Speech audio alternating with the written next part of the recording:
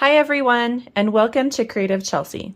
Today I am excited to be sharing with you my second alternative project using the December 2021 paper pumpkin kit called Lots of Pun.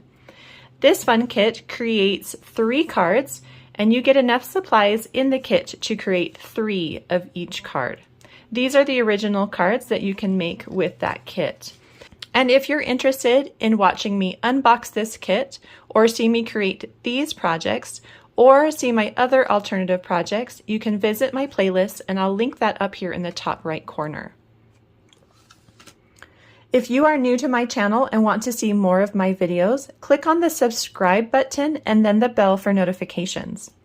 I would love to be your Stampin' Up! Demonstrator and help you with any of your paper crafting needs. To purchase any of the products you see today, please visit my online store, and the link is in the description box below. Today I'm going to be sharing with you how you can take one card base and create 2 cards. This is a quick little sneak peek on the card we're going to be making today, which is this cherry card, and I'm going to share with you how you can cut your card base to create both of them. Now make sure to stick around at the end of the video. I'm going to show you more examples of some different ideas with this same layout. So let's go ahead and get started. So to begin, you're going to start with this card base, and this is the yellow kind of checkered card base that comes in the kit, and you're going to separate it right here on the score line, and that's going to be cut at 4 1/4 inches. Now when you do that, you're going to have both the solid pool party side and the pattern side. And you can just go ahead and save this for other cards. And we're going to go ahead and now cut this side into 2 pieces so that we can get our 2 for 1. So what you're going to do is just slide this into your trimmer. You can just eyeball a nice angle. This one is sitting at about 1 3/4 inches on both sides, and you can do that by taking the corner, the bottom corner, and lining it up with 1 3/4, and then taking the top corner and just kind of eyeballing where 1 3/4 would be, and then you would go ahead and cut this. And that is going to give you these 2 pieces that we're going to use on our cards.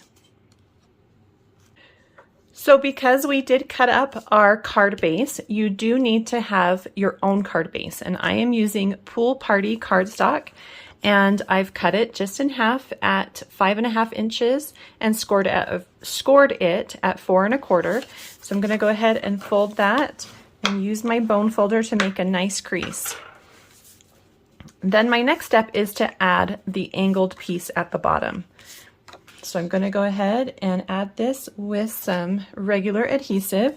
If you don't have this type of adhesive, you could use the glue dots that come in the kit as well. Now I liked using the Pool Party card base for this card because of the outside line, or I guess the outside border from the original card base. So it kind of creates a nice seamless look. If you decided to use one of the other card bases to create this type of card, then you may want to also choose a color that coordinates with that outside border. So once that piece of cardstock is on our card base, we're going to do some stamping above this piece with the splatter and heart image that came from the stamp set in this month's paper pumpkin kit. So I've added both of those to one clear block, and I'm just going to follow the line that's created by this cardstock piece and just create some splattering going across my card.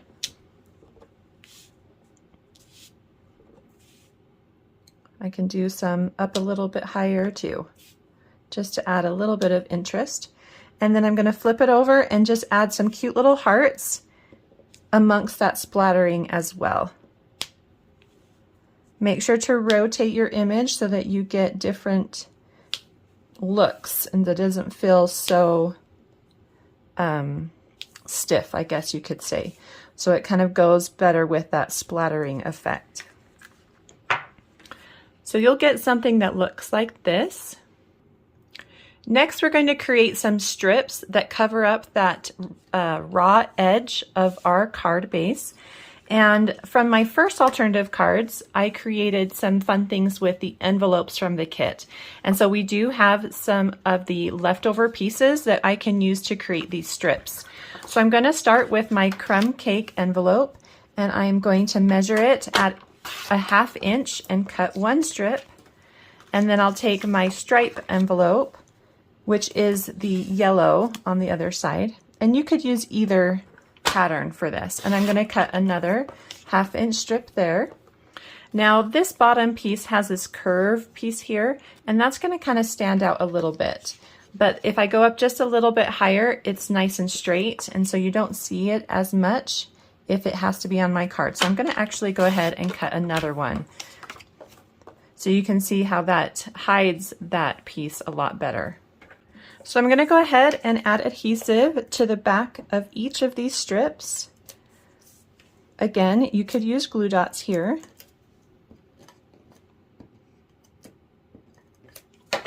And I'm going to start with my crumb cake piece. And I'm just going to eyeball and cover up that rough edge right there, right across. And then I'll take my stripe piece and do the same, but I want there to be maybe about 1/4 of an inch of that crumb cake showing. So something like that.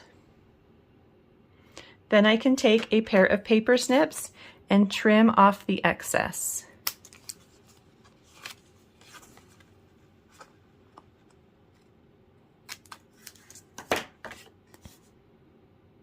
Next, I'm going to take 2 of the cute fruit that came in the kit.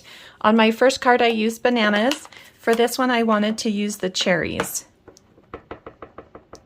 Now I'm going to try and see how they look together to create kind of a bunch of cherries. So that's why I'm using 2. I may end up just using 1, depending on how it looks. So I'm taking the stamp from the kit, and I'm just creating an outline to those cherries. And I'm going to do the same for both.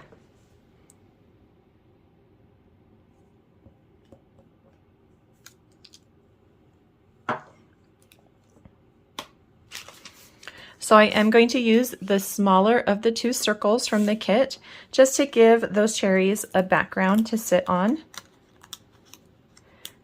And then we'll arrange them and see how they look together.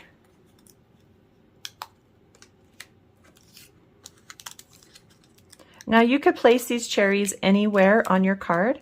You could go up at the top, or you could come down and more on the bottom, on the right side.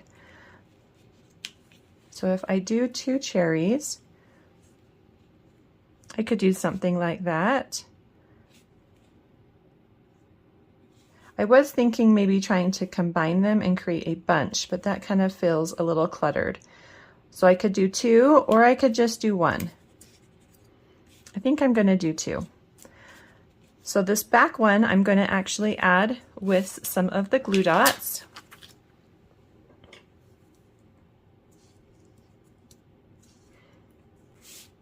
And just place it closer to the top of that circle. And then the second one, I'm going to use dimensionals. And then I'll just bring those down a little bit in front of the other cherry. So I'll give you a close-up of how those 2 are layered on that vellum piece. And then on the back of the vellum, I am going to just add some glue dots. And they're going to be placed over where I have the cherries. And this is going to help hide those glue dots so that you can't see them when the card is put together. Okay, so I'm just going to go ahead and add this to the right side of my card. And then I'm going to stamp a greeting. And I was thinking of using the You Are Cherry Sweet. So it's not going to fit over here on the left side like I did for the Thanks a Bunch. So I'm going to pull in my Early Espresso ink again and ink that up. And I could either do it up here at the top, that could be pretty cute, or I'm going to do it down here at the bottom. I think I'm going to do it at the bottom, and the main reason is because I can use those lines to make sure it's nice and straight. So good pressure, and you get this really cute card. Now, if you have any of the leftover embellishments from the kit, you can add these to the card as well. I'm going to go ahead and use some yellow ones just because they're going to pop really nicely against that pool party. And maybe add another one right here on the vellum so that we can see it. And your card is all done. Now I'd like to share with you some other cards that I made using a similar layout. I did have some of those envelopes still left over, and so I wanted to kind of play around with those patterns. And I also wanted to play around with the layout and kind of change up the positioning and maybe the angle of the base piece here. And so for this card, I added it to the top, and I used the stripe part of the envelopes. This one's super cute, and I love the little heart that's been added inside the bread to kind of go along with the theme of I love you. This one is the crumb cake envelope, and so this is kind of that watermark that's on the inside. And for this one, it's just a little different in that the angle has been cut differently. And then instead of using a vellum piece behind, because this is a simpler pattern, you can just go ahead and pop it up with some dimensionals and use the cute hello die cut from the kit for that one. And then for this one, that red polka dot pattern is super cute, and the egg die cut piece, if you don't stamp it, I think it looks a little bit like a flower, and so you're able to just add that with the hello piece. Again, use the vellum because this is kind of a busy pattern. It helps it pop up from that pattern. And then this is the horizontal version of the vertical card. So it's really fun to see all those different things that you can do with one layout just by changing up the angle or changing up the direction of the card. Well, I hope you enjoyed watching me create this fun alternative card and getting 2 cards out of one card base. If you're interested in getting your own Paper Pumpkin subscription, please use the link in the description box below. If you'd like to get written instructions or see close-up images of this card, you can visit my blog, creativechelsey.com. Thanks so much for watching. Have a creative day. Bye.